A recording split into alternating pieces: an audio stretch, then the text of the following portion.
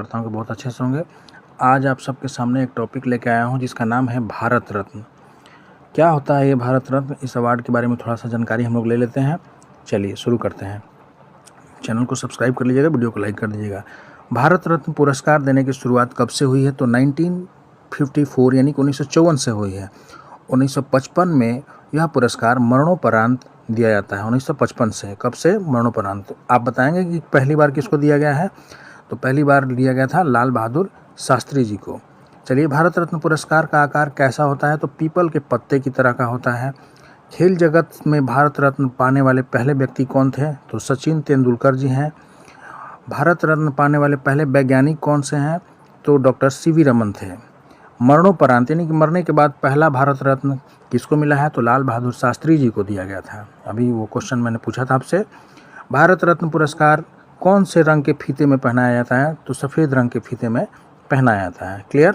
चलिए अब देख लेते हैं कि भाई 2024 में कितने लोगों को ऐलान किया गया देने के लिए? 25 के लिए। ठीक है।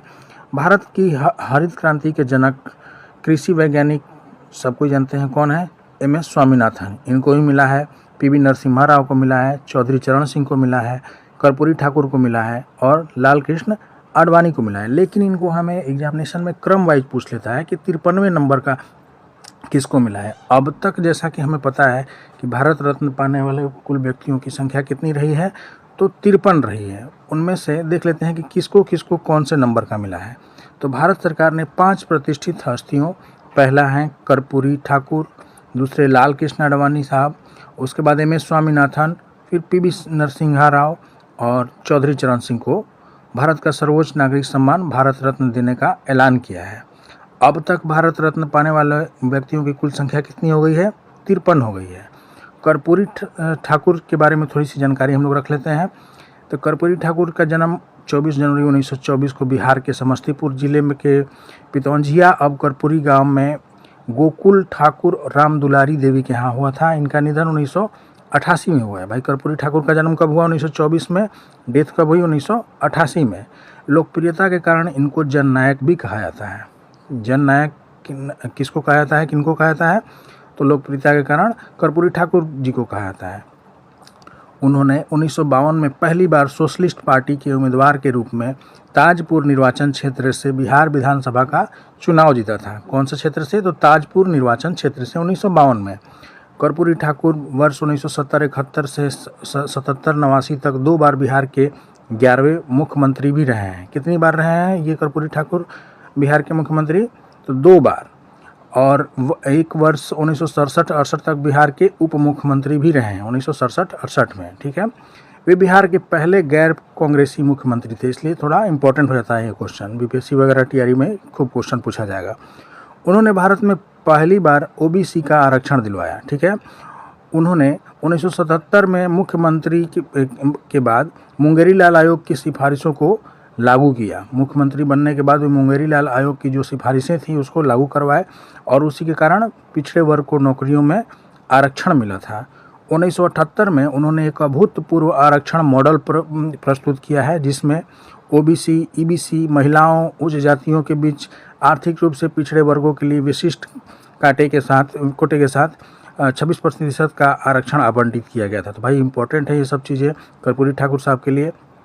बिहार में उर्दू को दूसरी राजकीय भाषा का दर्जा दिलाने में इनकी मुख्य भूमिका रही है। और ये ध्यान रखिएगा 49वें व्यक्ति हैं जिनको भारत रत्न मिला है। अब तक कितने लोगों को मिला है? 53 लोगों को, जिसमें 49वें नंबर के हैं कर्पूरी ठाकुर। भाई मरणोपरांत भारत रत्न पाने वाले कौन से व्यक्ति हैं? पहले कौन थे? आपको बताया था मैंने। पहले कौन थे बताइए, आप कमेंट बॉक्स में लिख सकते हैं। लाल बहादुर शास्त्री जी। उसके बाद ये 17वें नंबर के हैं। और बिहार में भारत रत्न पाने वाले ये कौन से नंबर के हैं? तो 5वें व्यक्ति हैं कर्पूरी ठाकुर। चलिए अगला नंबर है 50वें नंबर का, तो वो हैं लाल कृष्ण आडवाणी जी। भारत रत्न प्राप्त करने वाले 50वें व्यक्ति कौन है? लाल कृष्ण आडवाणी जी। इनका जन्म कहाँ हुआ था? पाकिस्तान में। अब पाकिस्तान में जो कराची में इनका जन्म हुआ था 1927 में। ठीक है। 8 नवंबर 1927 को इनका कराची में, जो कि पाकिस्तान में है, हुआ है। वर्ष 1942 में RSS से ये जुड़े और 1980 में स्थापित भाजपा के संस्थापक सदस्यों में से ये एक रहे हैं। इनकी एक आत्मकथा है, किताब है माई कंट्री माई लाइफ। ठीक है। ये पूछा जा सकता है। उन्होंने राम मंदिर का जो बना है अभी, उसके समर्थन के लिए 25 सितंबर 1990 को सोमनाथ से अयोध्या तक की रथ यात्रा की शुरुआत की है और इस यात्रा के दौरान 22 अक्टूबर 1990 को समस्तीपुर में वो गिरफ्तार कर लिए गए थे। अप्रैल 1970 में जनसंघ सीट से राज्यसभा के लिए चुने गए हैं। 2002 से 2004 तक वे भारत के 7वें उप प्रधानमंत्री के रूप में भी काम किए हैं। वे 1998 से 2004 तक भारत के गृह मंत्री भी रहे हैं, यानी कि उप प्रधानमंत्री भी रहे हैं, गृह मंत्री भी रहे हैं। ये सब टेन्योर इनका पूछा जा सकता है। वे 2009 में भाजपा के प्रधानमंत्री पद के उम्मीदवार रहे हैं, ठीक है, और 2015 में इनको पद्म विभूषण से भी सम्मानित किया जा चुका है अब तक, ठीक है। अगले हमारे जो व्यक्तित्व हैं वो हैं एम.एस. स्वामीनाथन। देख लेते हैं इनके बारे में। हरित क्रांति की इनको जनक के रूप में सभी बच्चे हम लोग जानते ही हैं। भारत के हरित क्रांति के जनक कृषि वैज्ञानिक एम.एस. स्वामीनाथन का जन्म कहाँ हुआ था, कोई बताएगा? तो तमिलनाडु के कुंभकोणम में हुआ था 1925 में।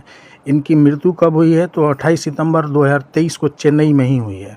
स्वामीनाथन को कई प्रतिष्ठित पुरस्कारों से, जैसे कि शांति स्वरूप भटनागर पुरस्कार 1961 में मिला है, रमन मैग्सेसे पुरस्कार इनको 1971 में मिला है, और एल्बर्ट आइंस्टीन विश्व वैज्ञानिक पुरस्कार इनको 1986 यानी 1986 में मिला है।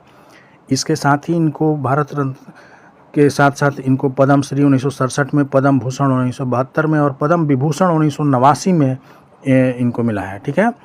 तो ये मैं स्वामीनाथन से संबंधित ये जानकारियाँ इंपॉर्टेंट है। वीडियो को बार बार आप सुन के अपने दिमाग में कंठस्थ कर सकते हैं चीज़ों को। पी.वी. नरसिम्हा राव हैं, इनके बारे में जान लेते हैं। तो पी.वी. नरसिम्हा साहब भाई 9वें नंबर के हमारे प्रधानमंत्री रहे हैं, लेकिन फिर भी देखते हैं कि आगे और क्या फैक्ट्स हैं। तो 28 जून 1921 को वर्तमान तेलंगाना में, अब हैदराबाद के वारंगल जिले में लेकनेपल्ली गांव में इनका जन्म हुआ था। कब? 1921 में। इनका पूरा नाम पामुलापति वेंकट नरसिम्हा राव था। इनके पिताजी का नाम सीताराम राव और माताजी का नाम रुकमाबाई था। 1991 से 96 तक वे भारत के 9वें प्रधानमंत्री रहे। कब? 1991 से लेकर 96 तक। अभी मैंने आपको बताया था, ये फैक्ट इंपॉर्टेंट है, ये क्वेश्चन पूछा गया था, रेलवे वगैरह में खूब पूछता है। इन्होंने भारत के रक्षा मंत्री, विदेश मंत्री, गृह मंत्री के रूप में काम किया है। रक्षा मंत्री भी रहे हैं, विदेश मंत्री भी रहे हैं और गृह मंत्री भी रहे हैं। वे 1971 से 73 तक आंध्र प्रदेश के कौन से नंबर के मुख्यमंत्री रहे हैं? तो आंध्र प्रदेश के 4थे मुख्यमंत्री रहे हैं 1971 से 73 तक।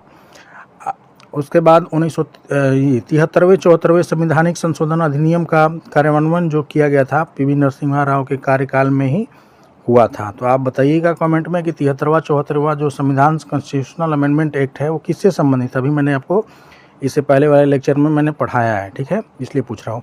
अगला क्वेश्चन है चौधरी चरण सिंह से संबंधित जानकारी है। ये कौन से नंबर के हो जाएंगे? तो 53वें नंबर के हो जाएंगे, जिनको भारत रत्न का अवार्ड मिला है। तो चौधरी चरण सिंह से एक फेमस हिस्ट्री में क्वेश्चन पूछा जाता है कि वो कौन से व्यक्ति हैं जो प्रधानमंत्री के रूप में काम किए लेकिन संसद कभी नहीं पहुंच पाए, संसद कभी नहीं गए। तो यही है, अपने चरण संसद में नहीं रखे, ऐसे हम लोग याद किए थे।